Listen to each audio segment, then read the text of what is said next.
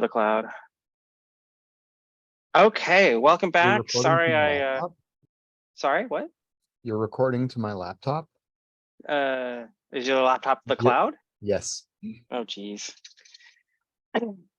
You very, very silly person. So this is probably going to be an entire hour on interviewing, because interviewing is like, probably could be in a book on its own, and probably is. But I'm going to give you my sort of somewhat condensed, to sort of take on this stuff. Okay. So let's dive in. So, the first thing that I like to emphasize in interviewing is that it's bi-directional, right? Like, oh, yeah, it's Jane. So perfect timing, Jane. We're just getting started. So interviewing is bi-directional, right? Like, yes, ultimately, you will have the opportunity to make somebody an offer, but they don't have to accept it, right? Even if you really like them. And if the vibe is off, then, people will be like, yeah, I don't want to work there, right? So like, yeah, you're sort of, asking the questions here or whatever, but like, be mindful about, that the asymmetry of that power relationship, because it's not as asymmetrical, I think, as it first seems. Like, a lot of people get intimidated in interviews, and yeah, if you need a job, sure, it can be scary or whatever, but a lot of people that you'll be interviewing, they might have multiple options and decent options to choose from. Like, I hired a really great guy named John Shu once, and he did a very extensive interview cycle, and he got it down to like, Locomotion versus Google. And I could not compete on salary. So I had to like, sell him and close him. So, you want to show up as, smart, but polite, courteous, but also make sure that you've got a rationale for everything you do. And we'll get into some of the specifics of what that means. Another thing about interviewing is it's a crapshoot. Like, there's only so much you can figure out from sitting with somebody for 45 minutes or an hour or whatever it is and asking them questions. Some people are just better interviewers than others. I mean, I've had people that were spectacular interviews that, in practice, they turned out to be, not actually that great. And I've had people that really struggled with their interview, and I kind of had to like peel back a few layers, or even let the interview, go dramatically longer than I normally would. There was a Hungarian gal named Julie that we worked with at Zipcar, and she was struggling with the language, and it was her first interview cycle in English. And I ended up, my first round interview with her it was scheduled for an hour, but I let it go 2, because I was just waiting for her to sort of relax into it. And she ended up being phenomenal, and she's a director at Google now.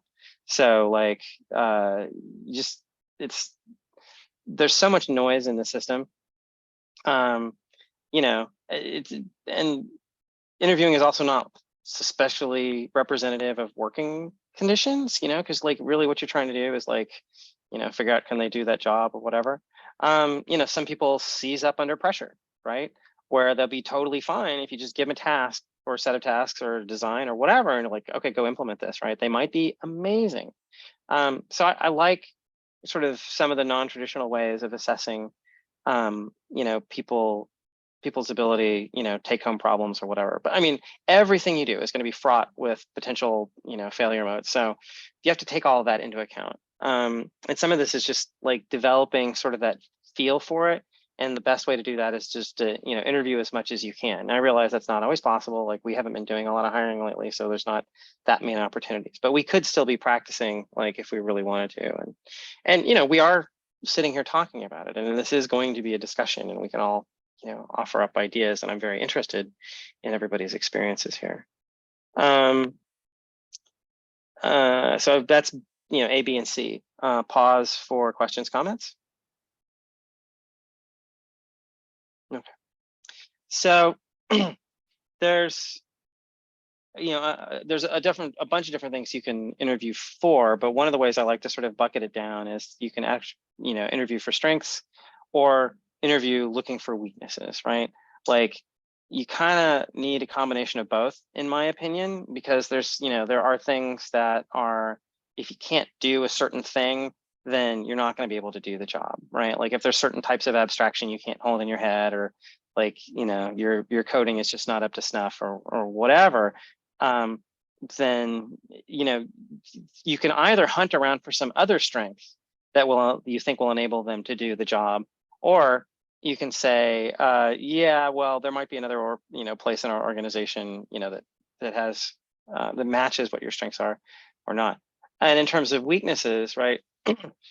Like it'd be totally fine for someone who's like not a great communicator all the time, to be in a coding position. And again, like not a dismal communicator, because we all need to communicate or whatever, but there are places like being in, customer support or whatever, where, really refined communication skills are more important. And if you hire someone who's really smart for a CS role, but like, again, they're lacking that sort of key thing, that's problematic. And also, sort of the cultural smell test issues, I think are, they're squishier, of course, but if you have someone that's, say, really arrogant, right? It doesn't matter how good they are, right? If they've got this sort of fundamental flaw, they're going to alienate the people they're working with. I mean, usually that'll jump right out at you, but, interviews can be constructed where, if you're just emphasizing what someone's, good at or whatever, it might really obscure the things where they're lacking. And so that's why, when you're, constructing sort of an interview schedule, requires, good coordination and like, a really thoughtful list of like, what are the elements that are essential to the job, and what are the things that we just can't live with as an organization, as a culture, as a team, right? So like laying those things out, I think is really important ahead of time. So, and there's a lot of different ways to, slice this up. That's just one framing that I particularly like. Part E, dotted line back to, bidirectional, like ask questions that are relevant, right? Like I've been through interview cycles with sort of the old school Google influence of like, oh, how many, gallons of paint does it take to, paint a 747 or whatever. And yeah, I mean, I guess like the sort of reasoning puzzles like that they might have some predictive value, but frankly, I just find them really irritating. It's like, is my job to figure out how much paint is that's not what it says on the job description. I'm not here to like, I'm not a paint engineer, right? I'm a software engineer. So, like reasoning skills are definitely a thing, but often it's not. Those kind of things, like a lot of them, you just kind of know the answer or you don't, right? And if there's a really close connection to the job where asking a puzzle question sort of elucidates some sort of domain knowledge that's specific to the role or whatever, like, if you were asking for somebody to do sort of a GIS role, how many stop signs in LA, that if it causes them to go and be like, oh, well, I would pull out my GIS tool that blah I've been using for years, and I would draw a circle around this region, and I would, select assets, but like if it's something like that, okay, great. But like, if you're just like, oh, fuck, I don't know, you draw a map and then it's probably once per half a mile, whatever, right? Like that's just, make sure that the questions are relevant to the job. Again, bidirectionality. If you get questions that seem just like totally out to lunch, I feel like on average, those are going to have less predictive value, and you're at this risk of sort of alienating the candidate. So, touching on another thing I covered, it's sort of in passing. There's some great things to be said about like take-home tests. We found some great people at Local Motion by just having sort of a puzzle that required writing a little bit of code to solve on the website. And I mean, that was how I even found the company. Was a friend of mine said, hey, go check this out. And I found their little puzzle, and I stayed up till 4 a.m, just like wrestling it to the ground. I started writing code at midnight. And it was the Christmas holidays, and I was in a failing marriage. Don't judge me.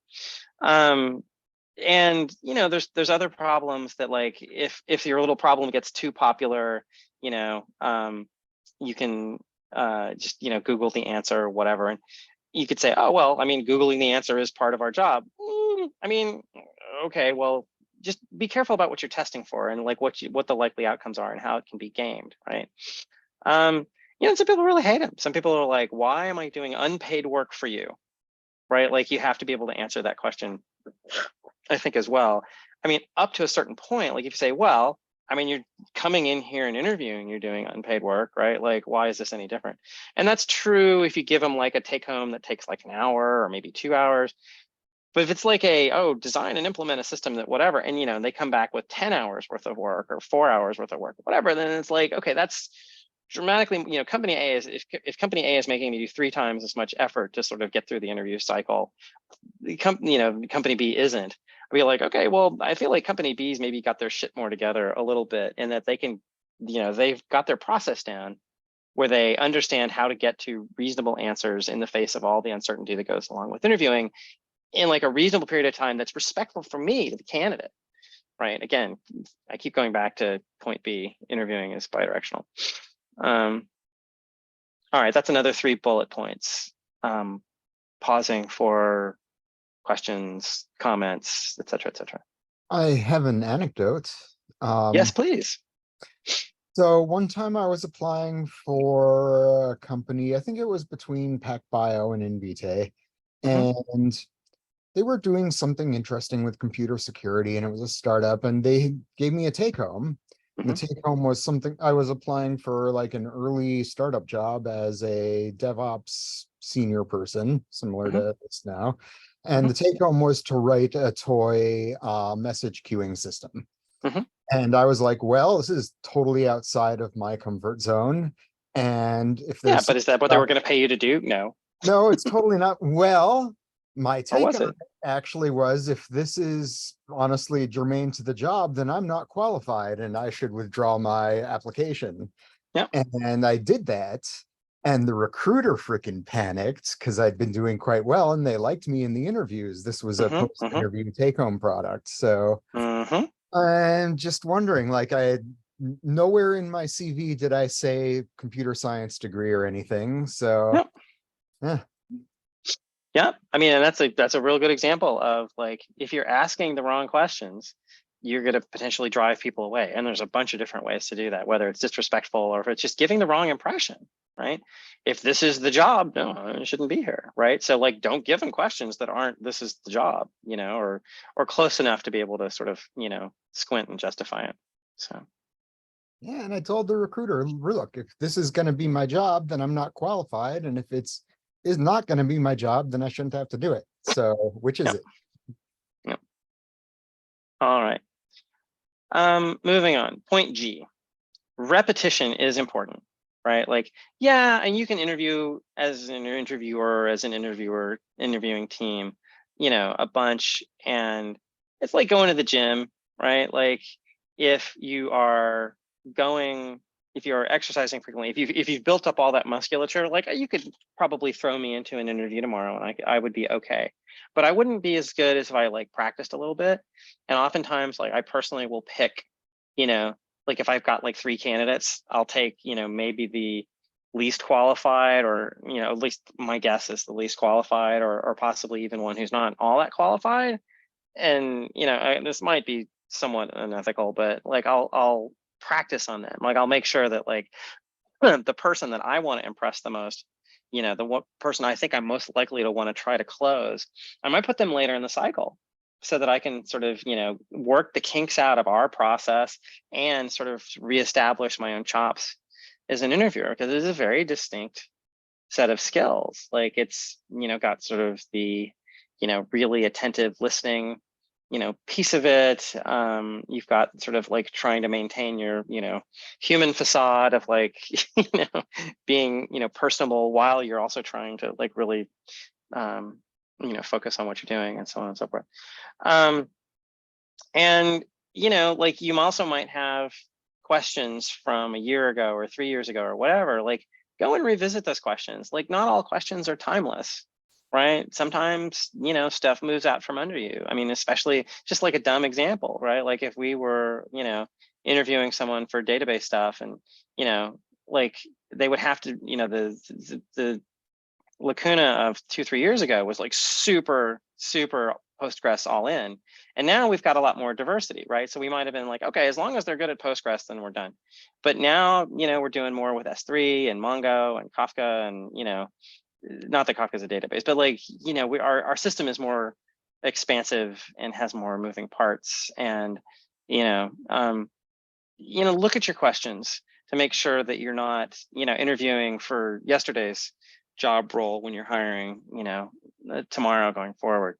You know, languages change, right? Like if you've got like, you know, if you had a bunch of JavaScripty questions, you might want to upgrade them to TypeScripty questions. You probably already have, but you also might want to use, say, you know, if someone says, oh, I'm really up to speed on TypeScript. Okay, well, you know, throw in maybe a little 4. You know, whatever the latest version is, 4.3, something like that. Sorry, I'm not great at TypeScript, so like I would want those questions. But my point is that like, if you're looking for like sort of deep expertise, you know, one of the things I look for is, do people keep up with the tool chains, right?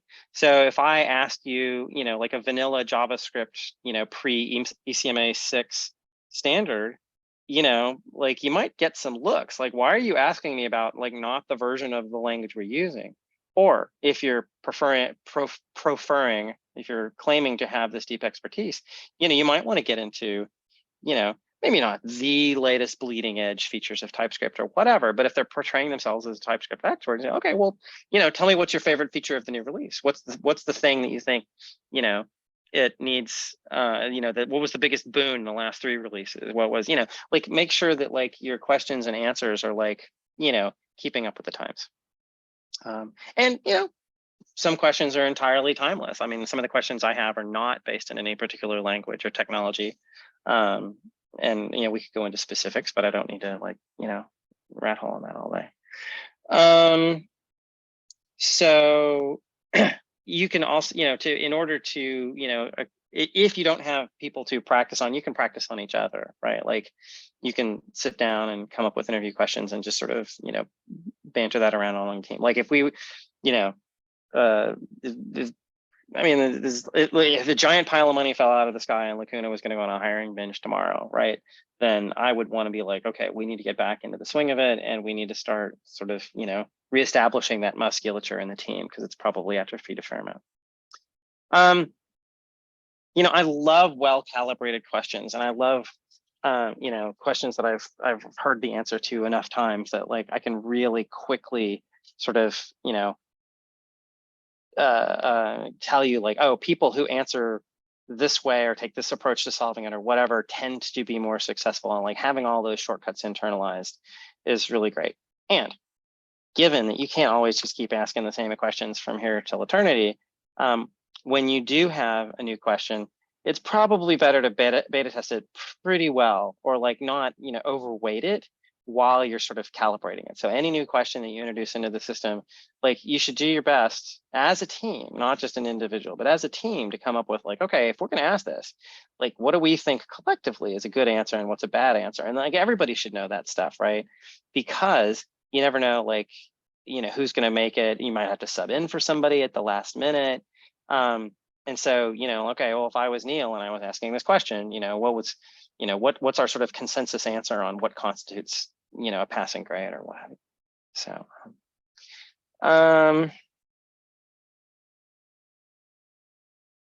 I like also questions with progressions. In other words, like there's a really simple answer and then there's the next answer and there's the next answer and there's the next answer, and you can keep sort of, you know, pulling at it.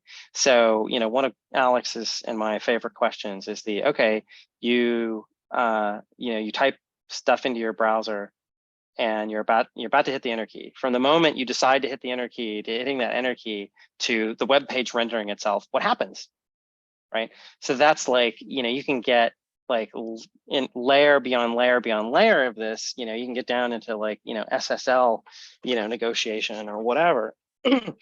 But if someone gives you like a, you know, a relatively straightforward response, like, okay, well, it parses the URL and then it initiates a socket connection and it does a DNS, or it does DNS and whatever, like you can get like a pretty decent superficial answer, and you can like, okay, well, great. So tell me about the secure, part of it and you go into SSL, or you say, okay, well, so it, pops at the back end and it just sort of like magically finds, the server program, like tell me about the routing in there. Or, okay, so you've got database replication. How do you know, like, how does that call get routed into the, like you can pick on these things. You can do a, 1 minute answer. You can ask for a 5 minute answer. And again, it kind of depends on, how senior the person is, how relevant it is to the job, and so on and so forth. For people that are full stack, I'm like, okay, design a, little web app where I type in a time zone and I get the current time in that time zone, but it goes and gets it from the server, right? Just like dumb stuff like that. You can start with very superficial, simple answers, and then you can start adding, interesting components like, okay, well, so let's say that the latency is sky high and we're trying to, do caching. How would you do caching? But if you wanted to, whatever, right? Like those layered questions can be really useful because you can sort of like see where somebody is on sort of their growth curve or their depth curve based on how deep can they go. And like, like my old Fibonacci question that I really loved. Some people will give you the, the really simple 3 to 5 line recursive answer and dust off their hands and say, okay. And some people will immediately be like, oh, but that's a shit answer because it's not performant because reasons. And here I'm going to write you the iterative one. Oh, and by the way, the reason it's not performant is the law. And the reason that I can't optimize this better is because I can't do double tail recursion because, whatever. Like, there's a lot of questions that like, there's the sort of can you code, but then there's the like, do you understand like, how CPUs work? Do you understand anything about compilers? Do you, and again, not every position and not every person is going to demand sort of like, incredible depth, but like you can sort of like, instead of giving sort of a pass fail grade, you mean like sort of, okay, I know their depth on this topic. I know their depth on this topic. I know their depth on this topic, right? Like if you start asking me CSS questions, I'd be like, I don't know. I Google it every time. I can't answer anything. And that might be okay, right? Like that's not primarily what I'm doing. If you've got a designer who does CSS, okay, great. But I better know something about CSS. I better know like what it's for and, again, what's needful for the job, right? And what depth do you need? So it's not just like, did they answer the question? Yes, no, but it sort of how far can they go with it? And as part of that, like sometimes I've been in interviews where, you get asked like a medium hard question and there's kind of like, the one answer or whatever, and getting to that answer, I might stumble along the way or something. And and there was one particular interview with a 3D printing company, gosh, 6-7 years ago. And it was involved like, oh, write a regex or write a parser for DOS wildcards, question marks and asterisks or whatever. And I'm like, I mean, I don't know, like I would just Google it. Like, this is a solved problem. And they're like, no, I want you to implement it. I'm like, okay, well, I can kind of fumble around with it a little bit, but like, I don't have this loaded into my cache and it'll take me, a substantial amount of time. And I don't have any actual confidence that I'll be able to finish it, without my usual, resources. He's like, well, I want you to do it. So we just waste all this time. And I would ask him for hints. He's like, no, I want to see you do it. And I'm like, I knew I had failed the interview. But it was so pointless. And so it was almost sadistic.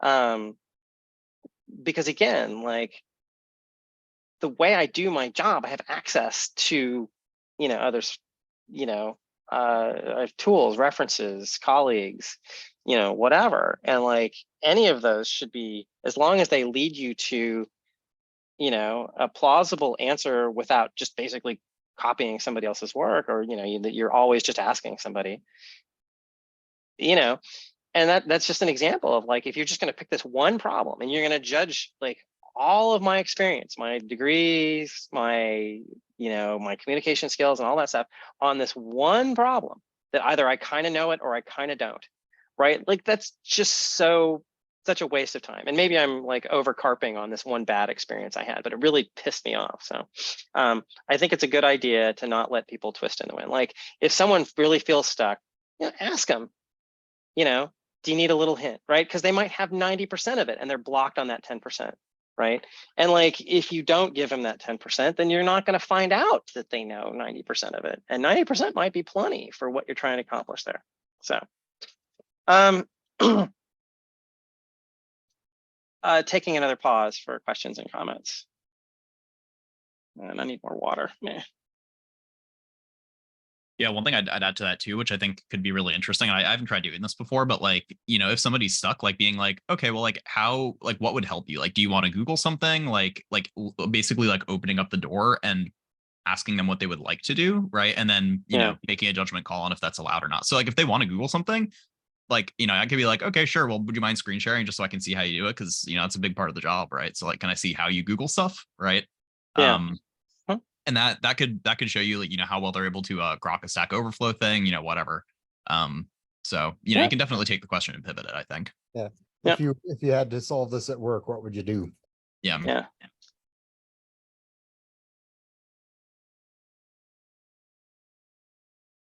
Or like, if you're going to ask Confluence, what question are you going to ask? And then you can be, you know, fake Confluence for them. Be like, okay, well, this is what your Confluence says, you know? Right. All right. Thank you. That's some good detail filling in. I worry about one-trick ponies, people that like, they just know the one thing. Like, I get it that like, you know, I wouldn't say that necessarily of like, oh, well, they're only Android developers versus iOS developers. Okay, like it's sufficiently complicated, but like if they're an iOS developer and they only know Swift or they only know Objective-C or something, and they haven't learned, you know, sort of enough dimensionality to be sort of right tool, you know, for the job. Another anecdote, which, you know, I may or may not be over extrapolating from, at PacBio, for a number of reasons I don't need to go into, we picked C# and the Microsoft, you know, common language runtime. And C# is really similar to Java. Like if you sort of print them outside, you know, Java program and a C# program, they look really similar. Like they're both, you know, OOPI algol derived languages, right? And I had someone come in from another biotech company. She came super highly recommended.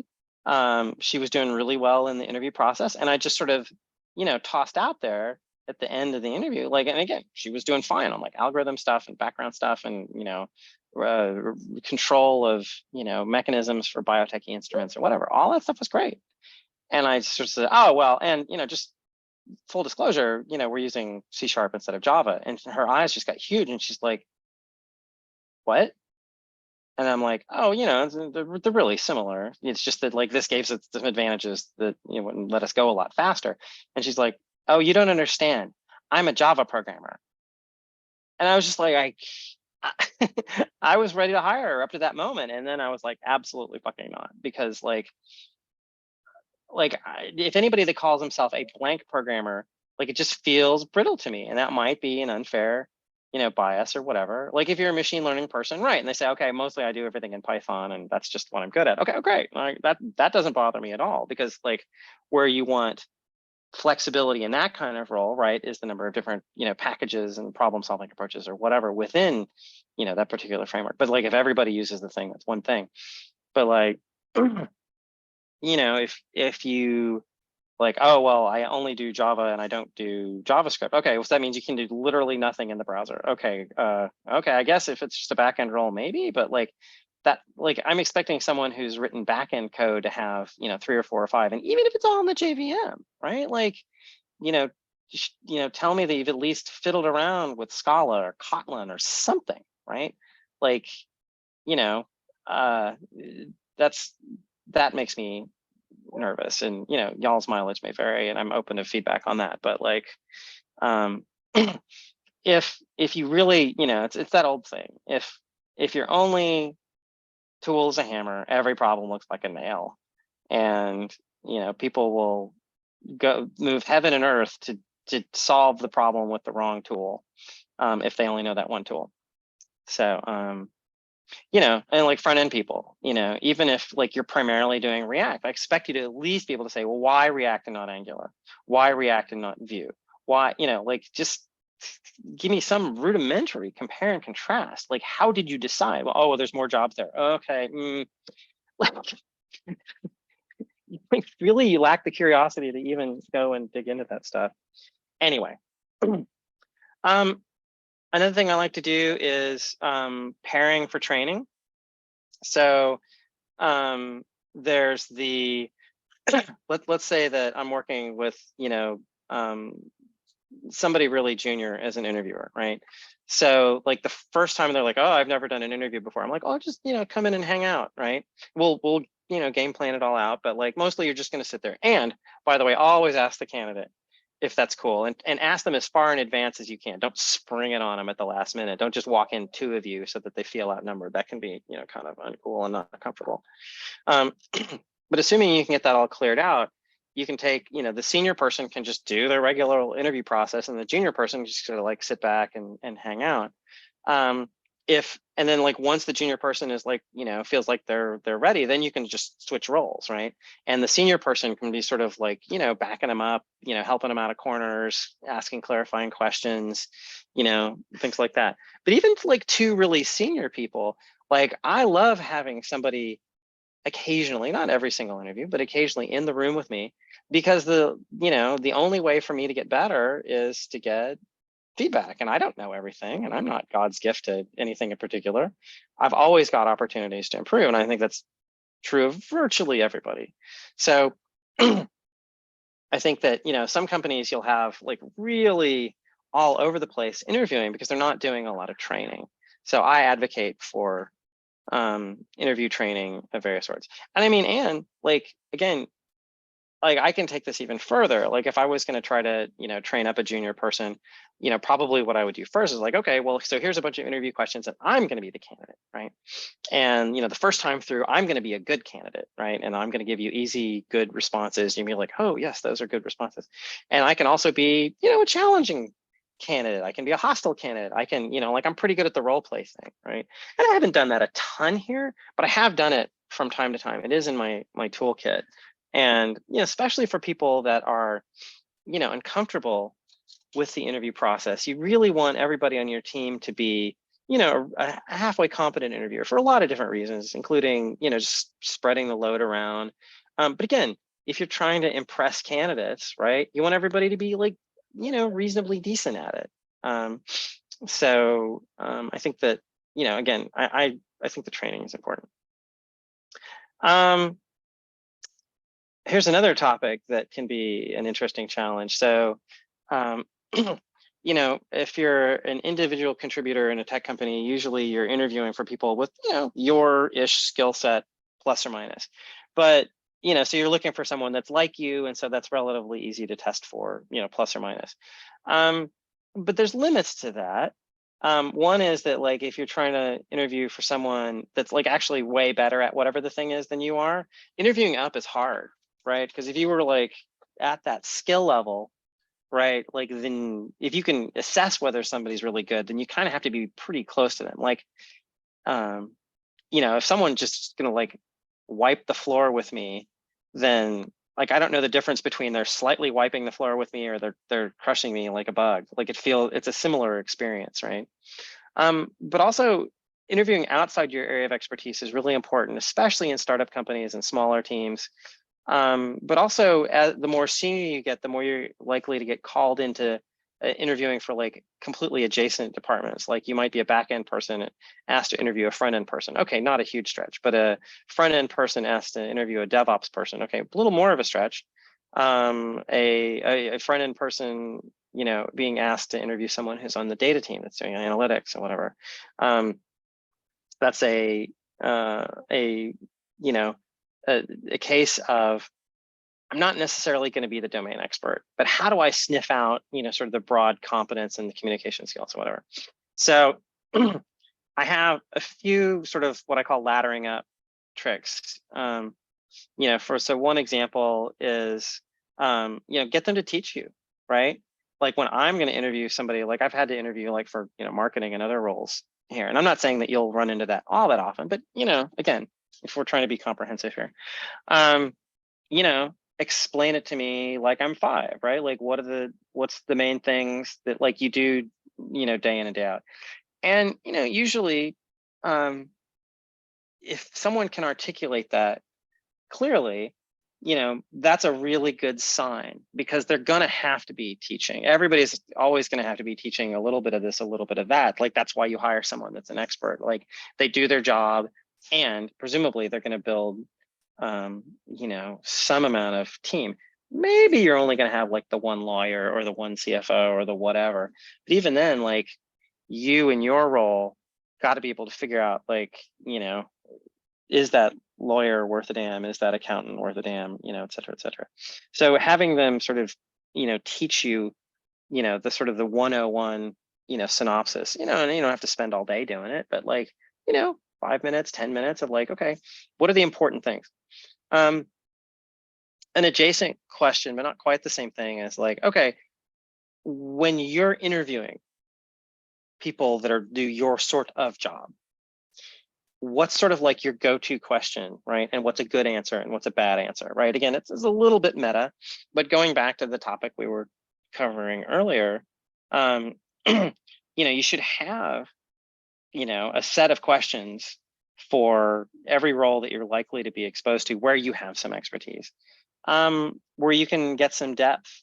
You can test for depth, you can test for breadth, with a question or two or three. And so I really like okay, well, so what's your go-to question? Like, if somebody asked me that, I'd probably probably Fibonacci, because reasons. Here's a good answer, here's a bad answer, whatever.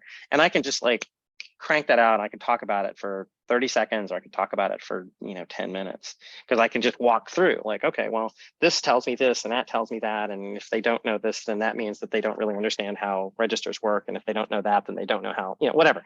Like, I can go on and on and on. Because it's rare that you're going to hire someone that's like never ever going to do any additional interviewing, right? And if you want somebody, especially in any sort of a senior / leadership position, they're going to be building their team. And if they suck at building the team out, that's going to harm the company. And it's going to put, maybe not very great people in positions, adjacent to you. And that can also be really unpleasant. Another question I like to ask is, what sort of people do you like to work with? What sort of people make you more effective? And this is sort of a cheater way of saying, what are your weaknesses, right? Because like, everybody's heard, the classic, oh, what's your greatest weakness? Which I consider to be a bullshit question, because, people will always like, it's such an obvious trap, right? Like, if you give them any sort of a real answer, then, you look kind of foolish. But if anybody can say, oh, well, I'm a perfectionist, or, oh, I work too hard, or, I don't have any work-life balance, just dumb stuff like that, that are non-answers. Like, I don't think you really learn anything. Like, it's a really rudimentary IQ test that's just too easy to pass. But if you asked me, okay, so you're the first person hired, who's the next person you would hire? I would say somebody like, maybe a Michael Durling, someone who's like technically much more sound than I am, someone who's been like keeping their fingers in the details. Or I would say, oh, I need somebody like a Nancy, because Nancy's got like incredible project management skills, and she's super ultra detail oriented. And I'm pretty good with the like, here's a flag and we're going to take that hill. And I'm really good at improvising, and I'm really good at sort of, speaking off the cuff. I'm good at listening and whatever. But there's this sort of like, my attention is not drawn to the sort of, a lot of the minutia of sort of the day-to-day, yada, yada, yada, right? It's a way for me to say like, okay, it's rare that like one person is going to have either this skill set or the time to be like good at everything, right? So get them to tell you, what sort of person or people you're going to need to like shore up them. So if they say, oh, I just want another person just like myself, right? And you're like, really? Tell me about that. Like, you don't need someone who's better at X or Y or Z or whatever. And then if you can get them to talk about like, well, actually I find it a pretty revealing question. And it's the sort of question that you can ask to basically anybody. It doesn't have to be reflect any sort of deep domain experience on your part, or expertise, I should say. Okay, I think I'm going to be able to land this thing in the remaining 19 minutes. For the love of God, do some basic background checks. We've been burned here at this company at least twice that I can think of by I'm not going to name names, but there were a couple of people that we hired that in retrospect, it was actually really simple for Neil to figure out that like, no, that was a terrible idea. And it was really obviously a terrible idea. And it's the sort of thing that can fall through the cracks because you think, oh, well, that's not what I do. HR does that sort of thing. Well, make sure that HR is doing it, right? But you might want to have somebody like actually on the team, not like do a credit check or, whatever. But do the rudimentary, like what else can we find out about this person when they're not putting on their absolute most, sort of polished and smooth, presentation layer to the interviewing team. In one case, it looked like, there was a guy that was sort of obviously litigious. In another case, there was somebody that like, never took their consulting job off of their LinkedIn, which suggested that they were still doing, maybe another half a job or even a complete full job in addition to their present job. And, the occasional side hustle, a little bit of consulting work. I don't have a problem with that as long as it's fully disclosed, right? I think a lot of people have at bare minimum side interests and hobbies or whatever that, compete with work.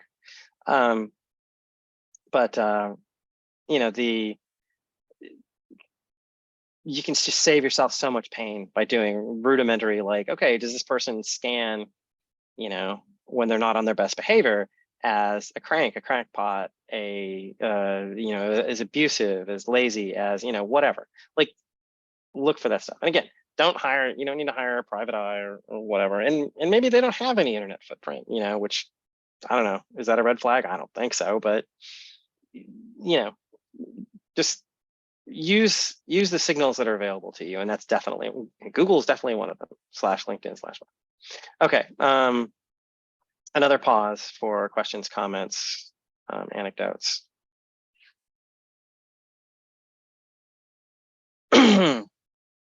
Still in the long tail of the upper respiratory infection I had. Okay. So I think it's really important to set expectations about the candidate, with the candidate about the process. And that's extends from like, it's really nice to give them an interview schedule.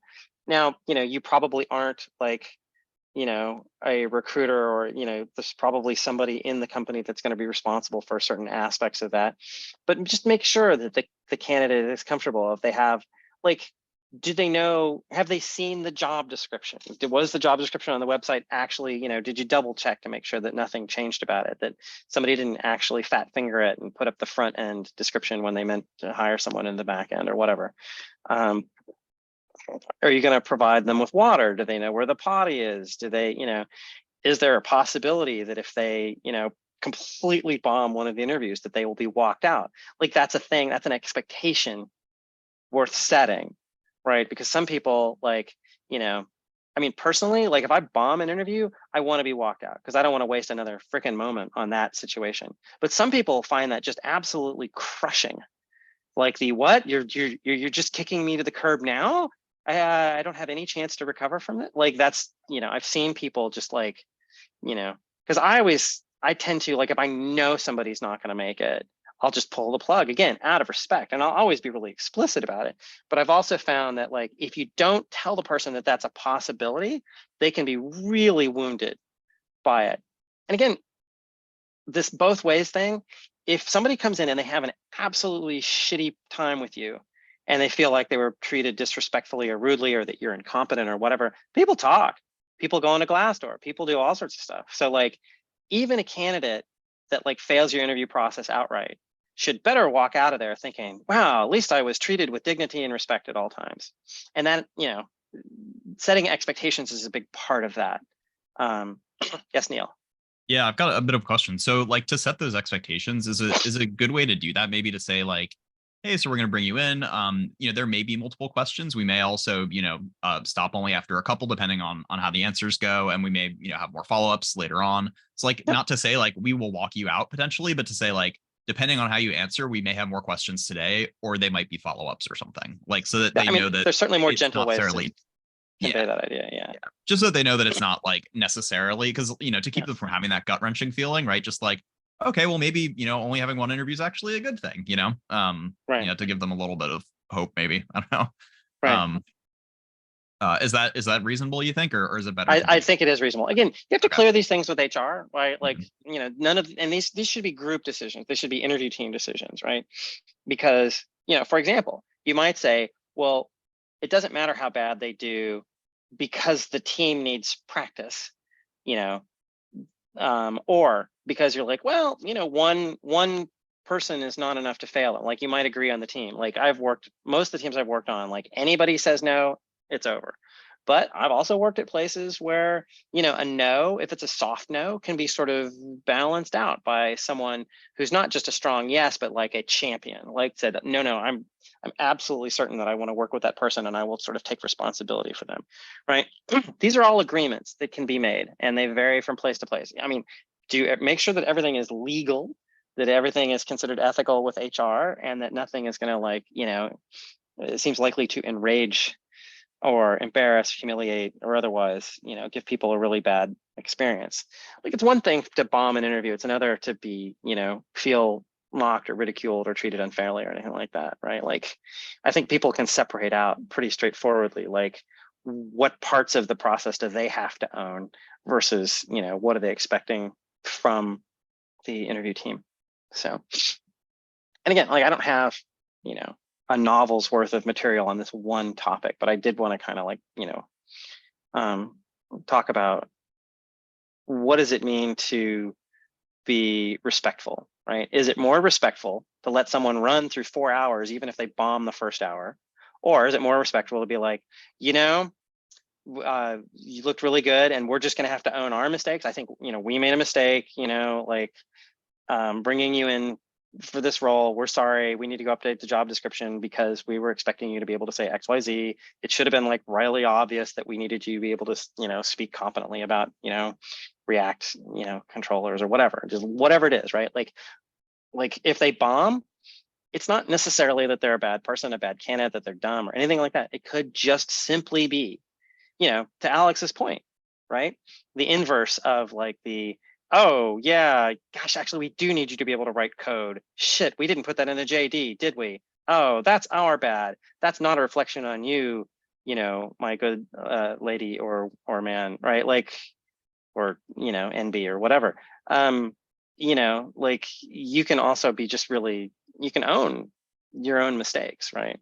And sometimes people just, again, they completely seize up under pressure, or it's a reach for them anyway and they kind of knew it or whatever. There's so much rich complexity that I don't have like a cookie cutter answer to this stuff. I'm trying to kind of talk in principles here.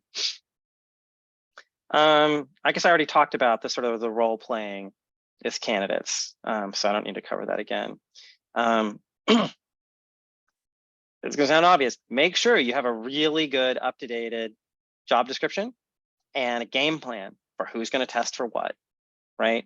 That, you might divvy it up into okay, I'm going to do the design question. I'm going to do the, type, like the language guru section. I'm going to do the culture stuff. And, it doesn't have to fall along these really clean lines. You can split it up however you want. Like everybody could do their little cultural stuff. Like, for example, I try to make sure on all of our interview teams at Lacuna, there's always at least one woman, because sometimes, you'll get a guy come in and, he's perfectly seems, normal and respectful to the dude interviewers, and then turns into a complete asshole when, presented the woman, because, you didn't know he was a sexist pig until, you put the right, stimulus in front of him. And then suddenly he's like, not paying attention, or is, dismissive, or, whatever. So, think of all the different kind of coverages you're going to want. And, who's asking what are you testing for? What are you testing for? What's that person testing for? And the testing for sexism is, is this big, but you'd hate to make that mistake, wouldn't you? That they walk in and then suddenly, the women in the office feel like disrespected or whatever. So, be ready to switch into pitch mode. So like if you, have time at the end where you've decided, this person's really good, be able to do kind of the song and dance, put on your Hugh Martin hat a little bit and be like, this is an amazing opportunity. We'd really love to have you. These are the things that I saw in your interview that I thought were amazing areas of strength, and whatever it is, right? Like, like know when it's time to stop interrogating and start pitching, and like, spend some time thinking about how you articulate that vision, and if possible, shape it according to what you've just learned about the person, right? Like if you've been able to figure out much about them at all and talk about their hobbies or whatever, if they've volunteered, for example, that they have children, you cannot ask. But if they've volunteered, you can say, oh, well, this is a very family-friendly environment. Like, I have kids and half the team has kids and the exec staff has kids. And we understand that, like, family is really important because it's the thing we do, right? Like, that is part of, in my mind, the Lacuna value proposition. And, it doesn't mean that like people with kids get like special privileges or like extra time off or whatever, right? That's not what it's about. It is about the, like, we're not trying to like squeeze every drop of productivity out of salaried employees because it feels sort of icky to me. And we're all people first and foremost. So and let's see, second to last topic. Yeah, I should be able to land this plane right on time. Like I talked about background checks, but also like actually I don't like having too much sort of background checking ahead of time. I go into interviews, I wouldn't say cold. Like I definitely sort of look at the resume or whatever, but I don't look at where they went to school and like, oh, well, Harvard kid is smarter than a Santa Clara kid, because I just don't believe it. There's just not good evidence to support it. Like, yeah, it was harder to get in, but like, college, if you think, interviewing for a job with someone with a few years experience is a crapshoot, wait till you're looking at a bunch of 17-year-olds getting into college, and half the kids at Harvard are legacy shits anyway. So like, Google, for example, used to be really snotty about like, oh, you needed a pedigree computer science degree. It's not that predictive, right? So there's all sorts of biases that people have. People can be consciously or unconsciously racist. They can be biased against, not just skin color, but like cultures, gender identity, sexist pig, whatever. That ultimately you're trying to like create value for the company. And that means that this person can do the job, but also they're going to get along with the team, because like friction just sand in the gears, right? So, that's why we ask the cultural questions. That's why we ask the soft stuff, but we don't want to like end up in a groupthink situation either, right? And, you don't want like everybody to be, in my mind, the same age and the same, demographic and all that stuff for a bunch of reasons, but you definitely shouldn't sort of filter out potentially strong contributors just because they don't look like a programmer, or there's something non-traditional about them, or they're coming back into the workforce after, taking care of their sick mom for a couple of years or whatever. Like you can really miss out on solid contributors. And, that's the first and foremost reason in my mind, is that valuing people. And I've talked about diversity in other, parts of my little curriculum as well. It's not just ethically correct, but I think it's genuinely, it's sound business at the end of the day. So, try to be aware of your biases. Try to be aware of, where you might write someone off, or you might not listen as carefully to their answers, or, you might, get caught up in their accent or their, what they're wearing, or just dumb stuff, right? And I guess, see also diversity. Okay, and the last thing I have on my list is, make sure you've done like just the rudimentary HR testing, because it does vary from state to state. Those of us that like spent most of our careers in California, we've had enough of these little, lectures from HR and whatever. But the thing is that this stuff changes, right? Like it used to be like you could ask somebody what they're making now, and now you can't. I think that's true in California. I think that's true in Massachusetts. I don't think it's true in Texas, because, Texas is ridiculous. But you should be real careful. Like you can't ask people if they're pregnant. You can't ask them if they have kids. You can't ask them if they're married. All of those things contribute to lawsuit potential. And those laws are on the books for good reasons. So, you know, even if you don't agree with them, you know, you're acting to some extent in the interests of the company, and don't get the freaking company in trouble. It's not good for anybody. And, you know, frankly, like if I went into an interview going all the way back to the beginning and somebody asked me a question that I know that they can't ask, they're not legally allowed to ask me, I'm going to be like, excuse me? And I might just walk out, right? Based on like a lack of professionalism and a lack of ethics, you know, like that's just not a place I want to work. So.